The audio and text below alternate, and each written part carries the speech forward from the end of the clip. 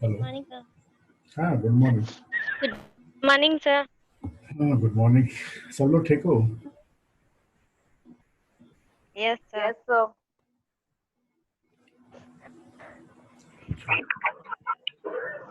Schedule के हिसाब से आज तुम एनिमल बिहेवियर दिखाना है ना। आज हम लोगों ने कुछ क्लास किया था इससे रिलेटेड, तो अब थोड़ा सा इसको फिर से एक बार रिवीजन कर लेते हैं। Whatever the knowledge we have discussed, we should have once checked it. तो टाइम लेते हुए उसको शुरू करते हैं।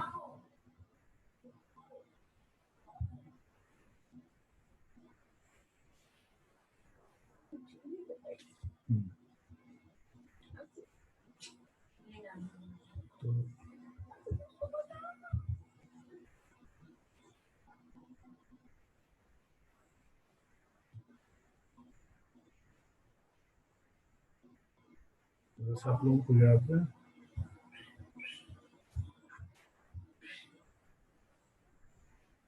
हम लोगों ने ग्रोथ और क्लाइमेटोलॉजी कर लिया था, ठीक है।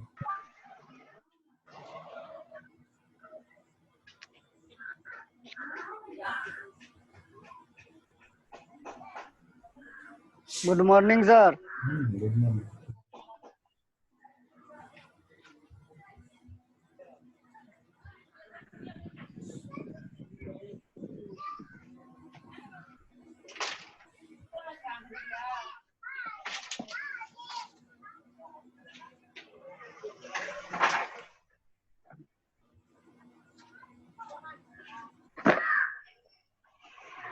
एक बार अपना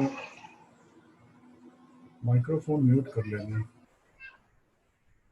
yes sir.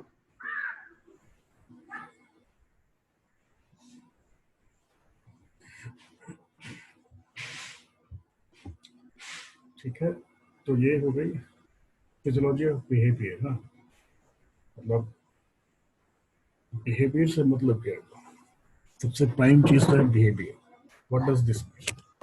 So if any animal used to live in their surrounding or the environment, it tends so many factors upon which they exist, or you can say they can survive.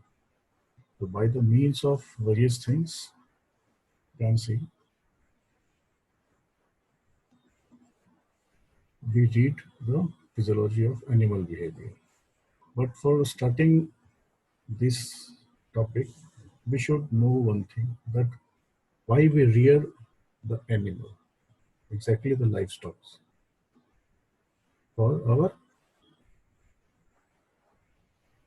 economic improvement or the utility of their products, the animal products like milk, meat, wool, and another thing is for the reproduction, because when we will get some offspring from the animal, we will have to create some another way to get economical improvement. So the basic thing is to get some production and reproduction from the animal we use to rear these livestock. So basically our livestock are like cow, cattle, buffaloes, pig, sheep, goat, and in case of sophisticated, or you can say the toy element, that are the dog, cat. For broad purpose, we use horse. That comes into the टांगा, जानते हो ना? टांगा सुने होंगे। टांगा के लिए भी खुदे का यूज होता है कई जगह पे, रूरल एरियाज में या फिर थोड़े हिली एरियाज जहाँ। तो एक घोड़ा हो गया, और दूसरा कैटल को भी हम लोग as a draught animal use करते हैं। कैनेसन से अगर फीमेल है तो उसे को हम प्रोडक्शन के जैसे, मतलब एज अ मिल्क हम लोग यूज करते हैं। और मान लो अगर मेल काफ हो जाता है तो उसको हम लोग यूज करते हैं फॉर डॉट पर्पस।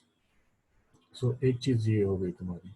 दूसरी हो गई टॉय एलिमेंट। टॉय एलिमेंट जैसे हमने बताया, तो कुछ शौकिया पालते हैं जानवरों को, जिसमें अपनी कैट हो गई या फिर डॉग हो गया, ठीक है।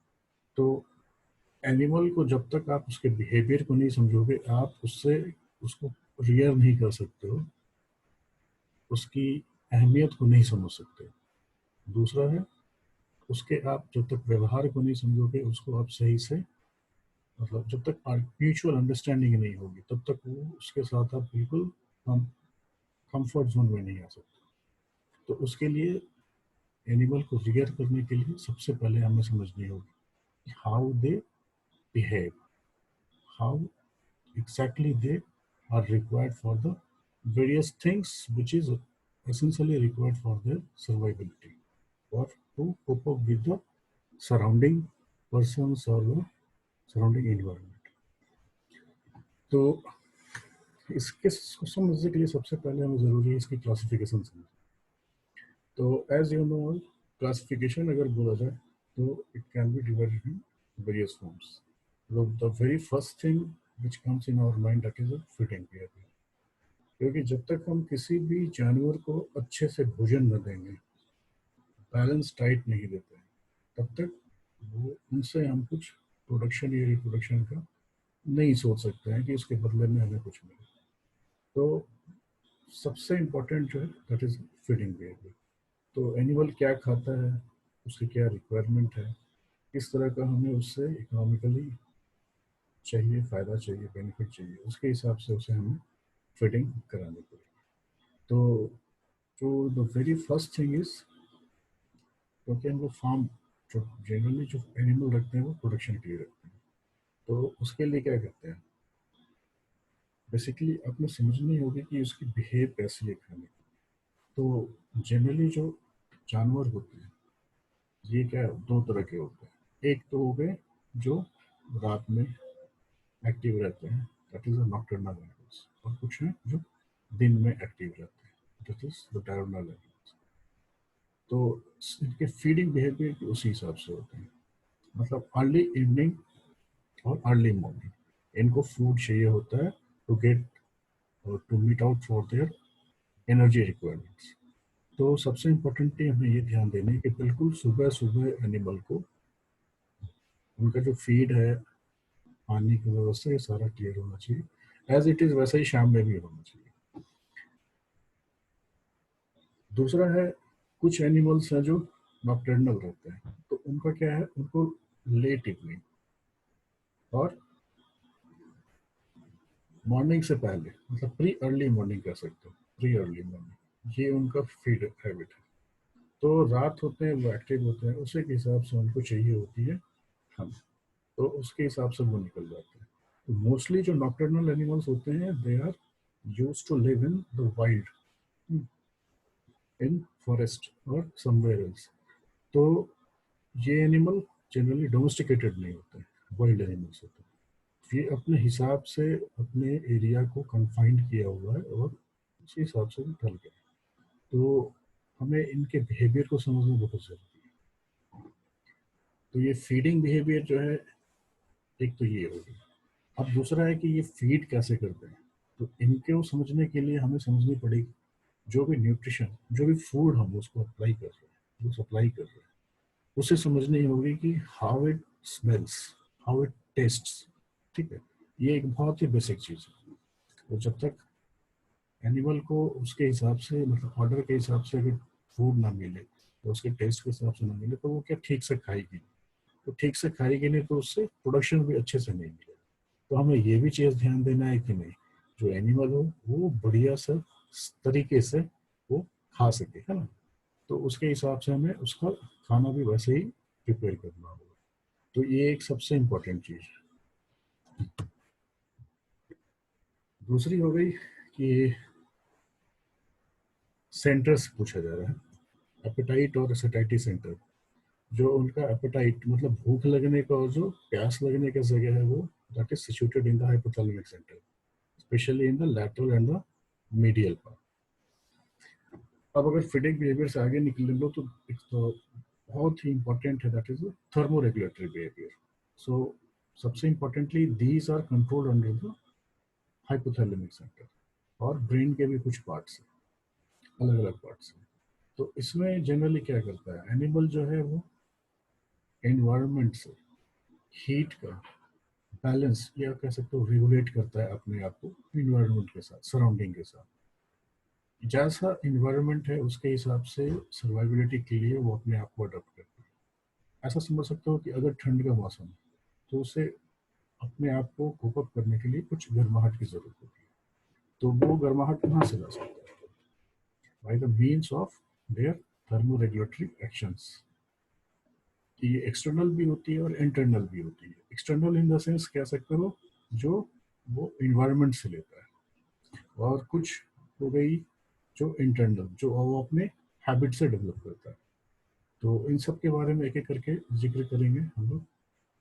तो सबसे इम्पोर्टेंटली जो है, अगर एक्सटर्नल फैक्टर को ले लें तो एक्सटर्नल फैक्टर बहुत सारे हैं. जैसे कोई एनिमल मान लो कि किसी अपने इन्वायरमेंट में रह रही है, तो ये क्या करता है, अगर बहुत ठंड मौसम है तो उस समय मान लो कि किसी एक एनिमल को ले लो, सपोज अगर हम लोग बियर को लेते हैं, है ना, बियर भालू, तो ये क्या करता है, ये बहुत ही ठंड जगह में रहता है. तो ज़्यादा ठंड होने पे क्या करता है, ये एक्ट करता है हाइबरनेशन. हाइबरनेशन जब मौसम तो हमेशा एक जैसा नहीं रहता है.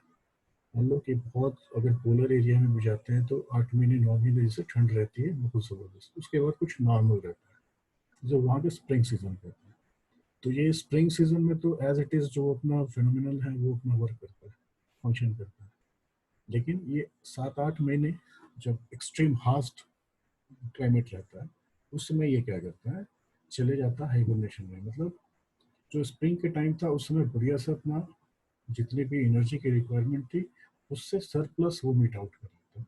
इसके बाद वो चले जाता है हाइबरनेशन, मतलब कहीं किसी गुफा में, केव में, या फिर जो भी उसका अपना घर बना रखा है जिसमें वो गर्म रह सके, अपने शरीर को गर्म रख सके, वहां चले जाता है. तो ये थर्मोरेगुलेटरी बिहेवियर जो है ये ऐसा नहीं है कि सिर्फ मतलब एनर्जी गेन कर लेने से और किसी बंद जगह में चले जाने से ही होता है, नहीं. इसको रेगुलेशन के लिए, इसके रेगुलेशन के लिए कार्डियोवैस्कुलर सिस्टम, रेस्पिरेटरी सिस्टम, इनकी भी जरूरत पड़ती है. क्योंकि अगर हम जब तक अपने इंटरनल इन ऑर्गन्स पे कंट्रोल नहीं करते हैं तब तक क्या होगा, मतलब कहने का सेंस है कि अपने जो सप्लाई ऑफ ब्लड है, ब्लड सप्लाई, इसको कंट्रोल में करना कोशिश करता है ये हाइबरनेशन में एनिमल्स कि मैक्सिमम जो ब्लड का फ्लो है वो सेंट्रली रखे. पेरिफेरल में ये नहीं अलाउ करते हैं, परमिट नहीं करते हैं. जिससे कारण क्या है, बाहर से टच बहुत कम होता है, डिसिपेशन जो होती है उसकी चांसेस बहुत ही कम हो जाती है. और ये कैसे होता है, ये जो ब्लड फ्लो कम करता है इसका एक और तरीका होता है कम करने का, अपने एनवायरनमेंट से टच जो करता है, कम जो करता है, उसका एक सबसे अच्छा तरीका होता है कि ये अपने ब्लड फ्लो, मतलब रिस्पिरेटरी सिस्टम को ही लेट करता है, डिले करता है. तो जो एक्सचेंज ऑफ गैसेस होती हैं वो बहुत धीरे होती है.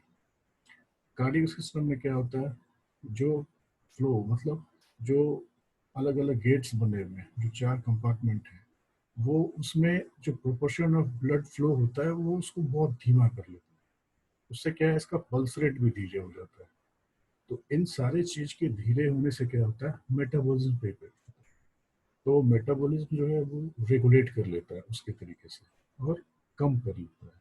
तो जब मेटाबॉलिज्म कम होती है तो उसकी एनर्जी की रिक्वायरमेंट है वो कम हो जाती है. तो उसी के हिसाब से वो जो उसके पास कंजर्व एनर्जी है उसको यूटिलाइज करता है और लंबे टाइम तक उस पर चल सकता है. तो these thermoregulatory regulation can be controlled by the hypothalamic center and like other parts of brain like pons और medulla you can say. ये कोल्ड एनिमल्स में, ठीक है, ऐसे हीट करते हैं. जो एनिमल हॉट कंडीशन में रहने के आदी हो गए। तो ये हॉट कंडीशन में कैसे सर्वाइव करते हैं, यहाँ पर ये क्या करते हैं, ये अपने जो मेटाबॉलिक सिस्टम है इसको फिर वहां पर रेगुलेट करते हैं। मतलब जैसे ठंड में है वैसे ही गर्मी में, लेकिन वहाँ मेटाबॉलिक एक्टिविटी जो है वो ठंड में थोड़ी सी बढ़ती है, हाइबरनेशन वाले एनिमल कम करते हैं। आप ये कुछ बोलना चाह रहे हो, बोल सकते हो।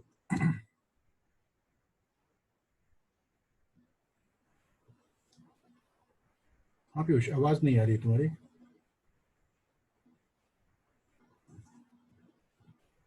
हेलो, सर आवाज क्लियर नहीं आ रही। आवाज आ रही है अब? Yes sir. हाँ अब आ रही सर, बीच में कट गई थी। अच्छा बीच में, अच्छा मतलब कहने का मतलब है कि सेपरेटली कट गए थे या ओवरऑल कट गए थे? मेरी आवाज थोड़ी कम थी। Yes sir. चलो कोशिश करते हैं थोड़ी और बढ़ाने की।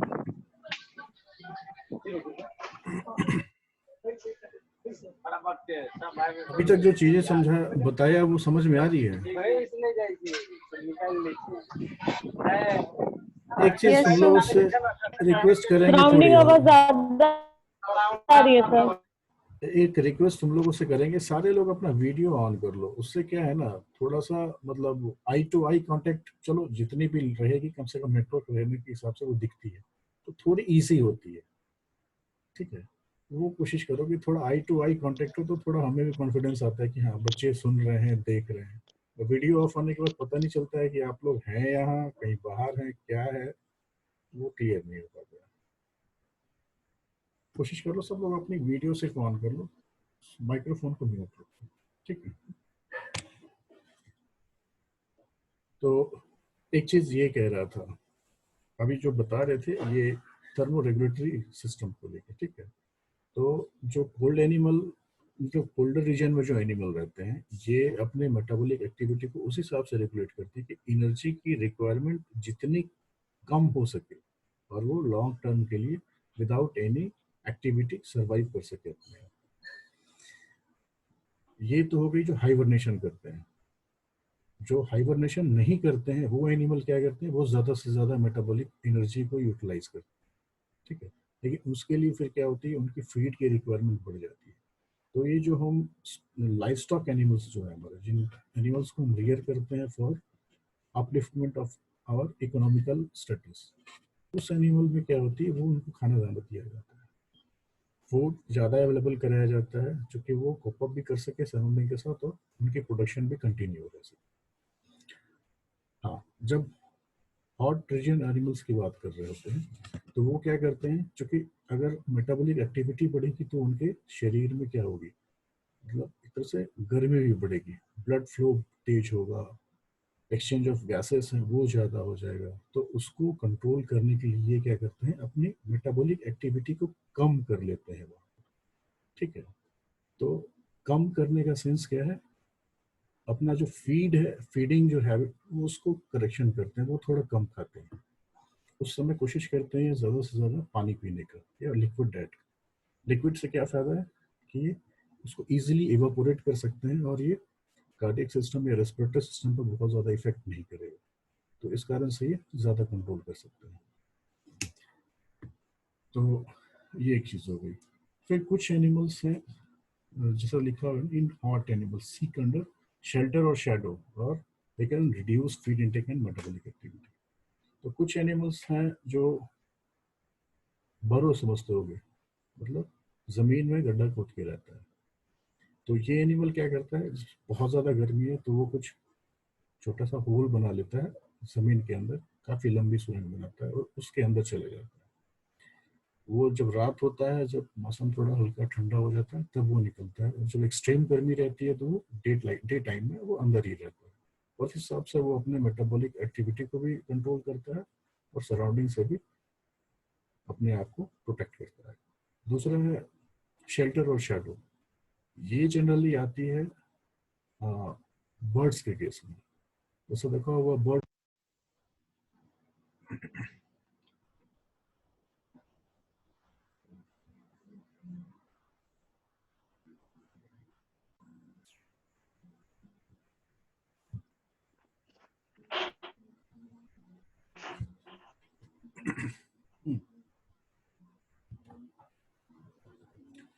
तो हम लोग कह रहे थे जनरली जो बर्ड्स होते हैं ये क्या करते हैं, बहुत ज़्यादा गर्मी होती है तो स्प्लैश करके एक वर्ड सुना होगा, मोस्टली बर्ड्स जो हैं स्प्लैश यूज करते हैं, मतलब पानी का जो थोड़ा सा सोर्स होता है ना, कहीं भी जो थोड़ी पानी होती है वहां जाके वो। सर आपकी हाँ बच्चों, आवाज कट गई थी। मेरी नेटवर्क थोड़ी वीक है, ठीक है, मेरी नेटवर्क ही वीक हो रही है। हाँ, तो ये कह रहे थे ये बर्ड्स जो है ना वो पानी जहाँ रहती है वहाँ पंख से फड़फड़ाते हैं। फड़फड़ाना कहने का सेंस है कि वो पानी स्प्लैश करते हैं अपने बॉडी पे और मौसम को कोप अप करते हैं, मतलब अपने फेदर्स को ठंड भिगा लेते हैं और माहौल से फिर वो अपने आप कोप अप करते हैं, मतलब अपने आप में कुछ ठंडी ठंडी लाते हैं, ताजगी फील करते हैं। आवाज आ रही है ठीक से? Yes sir. अच्छा अच्छा,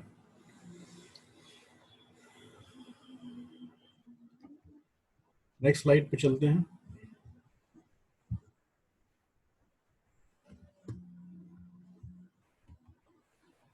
नेक्स्ट हो गई कम्युनिकेटिंग बिहेवियर, मतलब इस बिहेवियर के थ्रू एनिमल क्या है, कम्युनिकेट करते हैं अपने आप। तो एनिमल का कम्युनिकेशन का सबसे अच्छा तरीका होती है उनका ऑडियो, है ना, बोल के। कुछ विजुअल भी करते हैं, एक दूसरे को देख के इशारे से बात करते हैं। मोस्टली एनिमल यूज करते हैं वोकल ऑडियो यूज करते हैं, और कुछ एनिमल जो है वो ऑल्फेक्शन के थ्रू, मतलब सूंघने के स्मेल से भी अपने एक दूसरे एनिमल से कांटेक्ट करते हैं। तो इसमें अगर ऑल्फेक्शन की जहाँ तक बात करें तो सबसे इम्पोर्टेंट होती है फेरोमोन्स।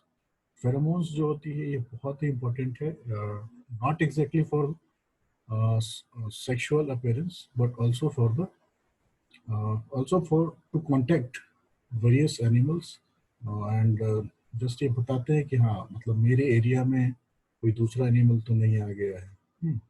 तो ये सूंघ के भी बताते हैं, ऑल्फेक्शन के थ्रू भी बताते हैं, और फेरोमोन्स के थ्रू तो वो आपका जो एग्जैक्टली है कि वो पता कर सकते हैं कि कोई फीमेल या मतलब स्ट्रेस में है कि नहीं है, तो उससे वो फिर अपने रिप्रोडक्शन को उसका हेल्प होता है। तो ये जो दूसरी हम लोग जो फेरोमोन्स की बात कर रहे थे, ये सेक्सुअल बिहेवियर में आज। So female when comes in heat, the hormonal changes takes place and it shows the peculiar symptoms of heat. तो जो स्ट्रेस का सिंबल आता है, सिम्टम्स आते हैं, जो साइंस एंड सिम्टम्स है, that is maturation, mucus discharge, swollen वाला, बहुत सारी चीजें हैं। करीब 16 से 17 मतलब चेंजेस जो फील करते हैं एनिमल एक दूसरे को स्ट्रेस करने पे। और the second thing is they are influenced by the sensory or motor capacities. ये sensory और motor capacities हैं that directly affects the pheromones in case of males and females, or you can say as per their sexual achievement। जो जिस तरह का animal है, mail है तो वो उसमें फेरोमोन्स जो है वो बहुत ज़्यादा होता है, फीमेल्स में वो थोड़ी सी कम होती है। फिर इस सिर्फ यही नहीं, इसके अलावा भी है और भी बिहेवियर आगे आगे बताते हैं। एक नेक्स्ट बिहेवियर है that is a maternal behaviour. Maternal मतलब कि जब पार्चुरेशन होती है, जब कोई काविंग होती है, तो उसके जो बच्चे होते हैं उस बच्चे से माँ का बहुत ही अच्छा अटैचमेंट होता है, और बहुत छोटे समय में, छोटे समय से ही शुरू हो जाता है। इनफैक्ट ये कह सकते हो जब यूट्रस में रहता है बच्चा तभी से वो एक जो इनकी बॉन्डिंग है वो हो जाती है हार्मोन के थ्रू। जब बाहर आता है, पार्चुरेशन होता है, तो क्या होता है, जनरली देखा होगा आपने कि जो भी डैम होते हैं वो अपने बच्चे को लिक करते हैं, चाटते हैं और उसे साफ करते हैं। तो ये साफ करने का सेंस सिर्फ ये नहीं है कि एक अटैचमेंट हो जाए, अटैचमेंट का इनका सेंस ये भी रहता है कि अगर किसी तरह के कोई बैक्टीरिया या फिर मतलब इवन अगर उनका कोई प्रे भी है, मतलब वो किसी शिकार ना हो सके, कोई हर्बीवोर्स एनिमल्स के शिकार नहीं हो उसका, तो उससे ये बचाने के लिए क्या करते हैं, वो उसके ऊपर जो म्यूकस मेम्ब्रेन है उसको वो हटा देते हैं, क्योंकि उसमें जो भी एंजाइम्स और जो केमिकल्स है वो काफ़ी दूर दूर तक मतलब स्मेल करता है। तो इससे अनवांटेड जो प्रेडेटर्स है वो उसको मतलब कैच कर सकते हैं, पकड़ सकते हैं, सूंघ के समझ सकते हैं कि हाँ, तो उससे साफ करते हैं। लेकिन जब वो चाटते हैं, लिक करते हैं अपने ऑफस्प्रिंग्स को, तो उस समय वो फील कराता है कि हाँ, एनिमल जो है, मतलब ये फलाना एनिमल का ये बच्चा, वो अपने आप में एक बॉन्डिंग दोनों में बन जाती है। हाँ, फिर देख सकते हो कि ये जो लिकिंग है इसका एक और फायदा है, it also helps in the defecation and urination of young. तो जो अपने बच्चे हैं उनको भी मतलब यूरिनेशन में जो भी मतलब नेचुरल ऑरिफिसेस बने हुए हैं, उसको भी साफ करती है कि वो क्लियरली काम कर सके। और can protect their newborn fetus from strangers, and a recognizable pheromone that is produced by the means of which young ones recognize the mother from the. तो अब इसका सबसे अच्छा एग्जांपल मैटरनल बिहेवियर में इस चीज का हम बोलेंगे after parturition, that is in the case of penguins. क्योंकि पेंगुइन्स जो होते हैं वो ऑलमोस्ट एक जैसे होते हैं, उनका जो भी बॉडी ग्राफिक्स होता है, पैचेज होते हैं, वो बिल्कुल एक जैसे होते हैं। और ये बिल्कुल पसंद करते हैं एक बहुत बड़े से हर्ड में रहना। और इनकी जो पार्चुरेशन होती है ये ऑलमोस्ट एक समय पे होती है। तो आप समझ सकते हो अगर थाउजेंड्स ऑफ थाउजेंड्स पेंगुइन्स एक जगह हैं और ऑलमोस्ट 50% 60% ने बच्चे दिए, तो समझ सकते हो कि सारा का बच्चे का जो शेप साइज होता है बिल्कुल एक जैसा होता है, मदर का भी वैसा ही होता है। तो उतने भीड़ में अपने बच्चे को पहचान पाना भी एक बहुत मुश्किल टफ वर्क, लेकिन ये होती है बस वही जो शुरू में लिकिंग होती है उससे ही वो फेरोमोन्स को पहचान लेते हैं, वहाँ बच्चा का और बच्चा माँ। तो उस समय जो ये डैम और ऑफसेल में जो बॉन्डिंग बनती है बहुत जबरदस्त बनती है और ये लास्ट लॉन्ग तक प्ले करती है रोल। नेक्स्ट एक बिहेवियर है दैट इज एगोनिस्टिक बिहेवियर, और ये कॉमनली एसोसिएटेड है विद थ्रेट, मतलब फाइट एंड फ्लाइट वाली। अगर किसी तरह की थ्रेट, अटैक या फिर डिफेंस या किसी तरह का भी डर अगर किसी एनिमल को आता है, तो उस समय उनका जो बिहेवियर है वो बिल्कुल चेंज हो जाता है। और ये कंट्रोल होता है हाइपोथैलेमस और अमाइगडाला से। तो ये एग्जैक्टली इस बिहेवियर में क्या होती है, आप लोगों ने पहले भी पढ़ा हुआ कार्डियोवास्कुलर सिस्टम में भी कि नॉरएपिनेफ्रिन, एपिनेफ्रिन, ये जो आपके दो हार्मोन्स हैं ये बिल्कुल उसमें एक्टिव होते हैं। और ये रिलीज होते हैं मेडुला और एड्रिनल मेडुला से और कॉर्टेक्स से। और ये हार्मोन जो एक्टिवेट करते हैं, मतलब ये एड्रिनल जो एक्टिवेट करती है एपिनेफ्रिन और एपिनेफ्रिन को, this is responsible for the cope up with any unconditional circumstance whenever there is any type of threat or attack or any type of offense or defense the animal needed, they are able to cope up with the help of these hormones. तो ये agonistic behaviour उस समय देखोगे उनके, मतलब जैसे कुत्ता है, अगर आपसे उसको डर लग रहा है या सांप आपको डर लग रहा है या आपसे उसको डर लग रहा है, किसी भी दूसरे एनिमल से एक दूसरे एनिमल को डर लग रहा है, तो उस समय देखोगे उसकी बिहेवियर बिल्कुल चेंज हो जाती है, वो काफी फास्ट हो जाता है, उसकी बिहेव जो है एकदम लगेगा जैसे काट खाएगा। तो वो क्या है, अपने आप को बचाने के लिए, ना कि दूसरे को हमला करने के लिए। ठीक है, कुछ वाइल्ड एनिमल्स में होते हैं जो वो लगता है कि नहीं हमला कर रहे हैं, एगोनिस्टिक बिहेवियर, तो वहां पर वो क्या है, डराने के लिए नहीं, डरा के उसको अपने कब्जा में करने के लिए। जब तक किसी, मान लो कोई कार्निवोरस है, कार्निवोरस को शिकार कर रहा है, तो जब तक उसको वो डराएगा नहीं उसको अपने कब्जे में नहीं कर सकता। तो उस टाइप से बिहेवियर एक प्रेडेटर का अलग आता है, एक प्रे का अलग। नेक्स्ट एलिमिनेटिंग बिहेवियर, तो यही it is concerned with the elimination of urine and faeces, और ये ऑलमोस्ट सारे एनिमल में होता है। इस दौरान क्या होता है देखोगे जनरली आप, ये बेसिकली डिपेंड करता है मेल और फीमेल के कंडीशन में। मेल के कंडीशन में सबसे अच्छा एग्जांपल समझ सकते हो, अगर हम डॉग की केस लेते हैं, कैनाइन में जनरली देखते हो डॉग जो है ये क्या टांग उठा के एलिमिनेट करता है, मतलब यूरिनेशन करता है। तो इसका रीजन फीमेल की कंडीशन में ऐसा नहीं है, फीमेल में वो बैठ जाती है, लेकिन डॉग जो है वो टांग उठा देता है अपना, एक साइड कोई पैर उठाता है। उसका रीजन क्या है, इसका रीजन सिंपल ये है कि ये बताना चाहता है कि भैया हम अपने आप को साफ रख सके, ठीक है, बड़ा सिंपल सा चीज है। डॉग कोशिश करता है कि साफ रह सके, लेकिन उनकी जो नेचर ने बिहेव जो दिया है, वो एक टांग उठा लेता है, लेकिन फीमेल के केस में वो बैठ जाती है। It also depends upon the position of their eliminating organ, ठीक है। नेक्स्ट की अगर बात करें तो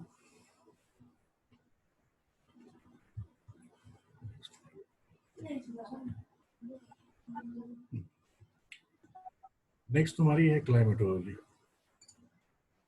तो इससे बहुत ज़्यादा मतलब नहीं है, आज के टॉपिक में फिजियोलॉजी ऑफ एनिमल बिहेवियर पे कर रखा है। चलो इससे रिगार्डिंग और कुछ क्वेश्चन अगर है तो आप, अभी 4-5 मिनट टाइम है, आप एक बार कर सकते हो, बात कर सकते हो।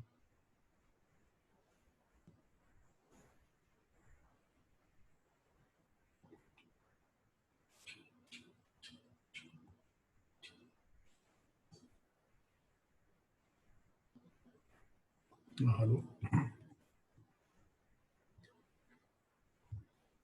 आप चलो Yes, sir.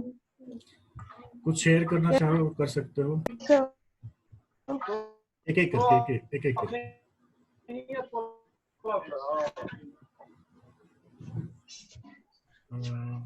आवाज नहीं आ रही, शायद मेरी नेटवर्क की गड़बड़ है थोड़ी।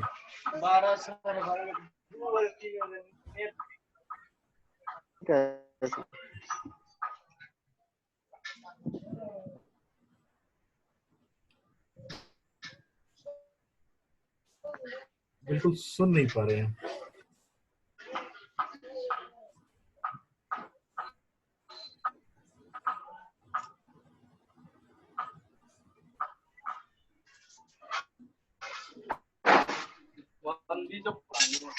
अच्छा ऐसा करते हैं ना, जो इस टाइप के क्वेश्चन हो तो आप पर्सनली या फिर ग्रुप वाले जो व्हाट्सएप पे उस पर आप क्वेश्चन टाइप करके दो, उस पर हम फिर आंसर कर देंगे। इसमें आवाज बहुत ज्यादा क्लियर नहीं आ रही, थोड़ी इको हो रही है, ठीक है।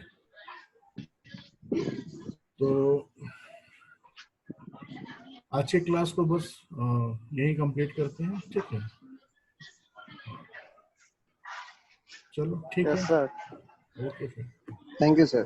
चलो okay, bye. Thank you, sir. thank you, sir. Thank you, sir. Thank you.